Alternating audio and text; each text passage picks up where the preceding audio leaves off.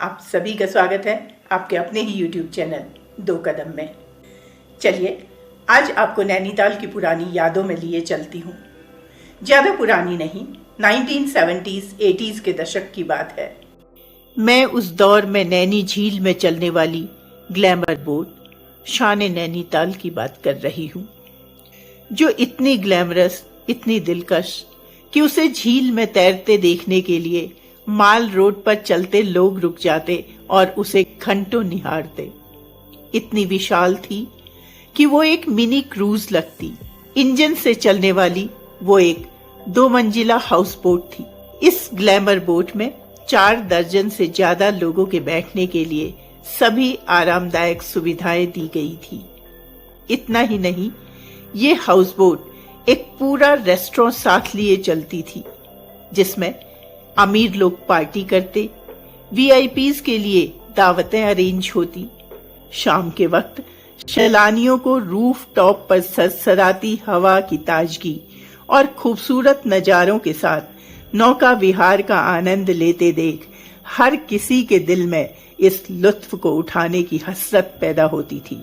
रात के समय रंग बिरंगी लाइटों से सजी यह बोट बेहद खूबसूरत लगती। सैलानी ही नहीं, स्थानीय लोगों के लिए भी एक ग्लैमरस बोट बेहद खास होती थी, जिसमें बैठना लोगों का सपना होता था। टिकट के लिए लंबी लंबी लाइनें लगती थी।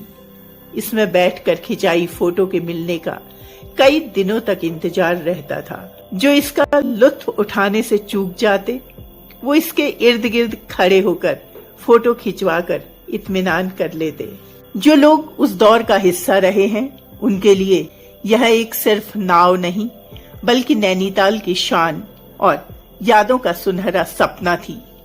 लोगों की यादों में आज भी शान नैनीताल की एक अलग जगह है। आज के दौर में तो बस इतिहास के पन्नों में ही इसकी तस्वीरों को खोजा जा सकता है।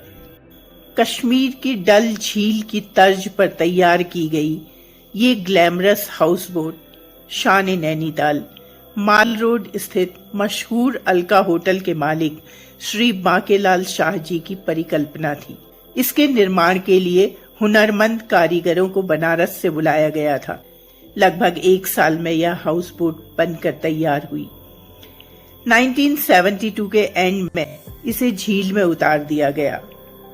झील में उतरते ही इस बोट की चर्चा पूरे शहर में होने लगी। इसे देखने के लिए लोगों का हुजूम झील की ओर उमड़ने लगा।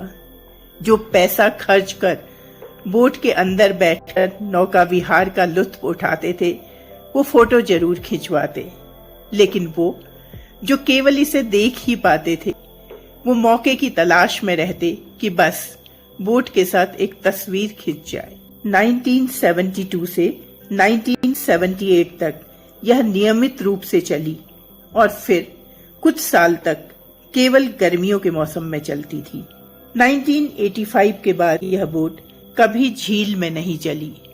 कहा जाता है कि झील के संरक्षण और स्वच्छता को लेकर नगरपालिका और जल संस्थान अपने नियमों में सख्ती लाए। इंजन से चलने वाली ये हाउस बोट झील में होने वाले पॉल्यूशन का कारण थी। साथ ही इस हाउस बोट का अपना फ्लोटिंग रेस्टोरेंट था। खाने पीने के सामान से झील का दूषित होना भी लाजमी था। इस तरह सख्त नियमों के चलते इसे अनुमति नहीं मिली। ईयर 2000 के आसपास ये लाइब्रेरी के पास खड़ी नजर आती थी और फिर धीरे धीरे इसका नामो निशान मिट गया। ये यादों, तस्वीरों और इतिहास का हिस्सा बन गई।